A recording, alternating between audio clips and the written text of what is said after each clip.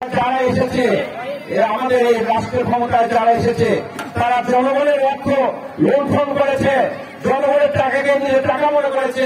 এই তাকওয়া খোদাখুদি সম্পন্ন মানুষ না থাকার কারণে মানুষের মধ্যে বৈষম্য সৃষ্টি হয়েছে। বাংলাদেশ জামাত ইসলামের দুইজন মন্ত্রী ছিলেন, মাওলানা মতিউর রহমান নিজামী এবং আবু আসাদ মোহাম্মদ মুজাহিদ। দুইজন মন্ত্রী তিনটা মন্ত্রণালয় চালিয়েছিলেন। আজকে বাংলাদেশে এটা প্রতিষ্ঠিত, এই দুইজন মন্ত্রী তিনটা মন্ত্রণালয় চালিয়েছেন। তারা 2 পয়সা 1 পয়সা ঘুষ খেয়েছেন, পরের টাকা লুণ্ঠন করেছেন। এই ধরনের কেউ প্রমাণ আমাদের দিতে পারেন নাই। কি পেরেছেন বলেন? পেরেছে? তারা পারে নাই। আলী আসাদ মোহাম্মদ মুজাহিদের ছেলের সাথে আমার কথা হয়েছিল। উনি বলেছিলেন, আমি বলেছিলাম যে আপনার পারিবারিক অবস্থাটা বলেন। আলী আসাদ মোহাম্মদ মুজাহিদ যখন তিনি মন্ত্রী ছিলেন তখন এই কথাটি বলছেন।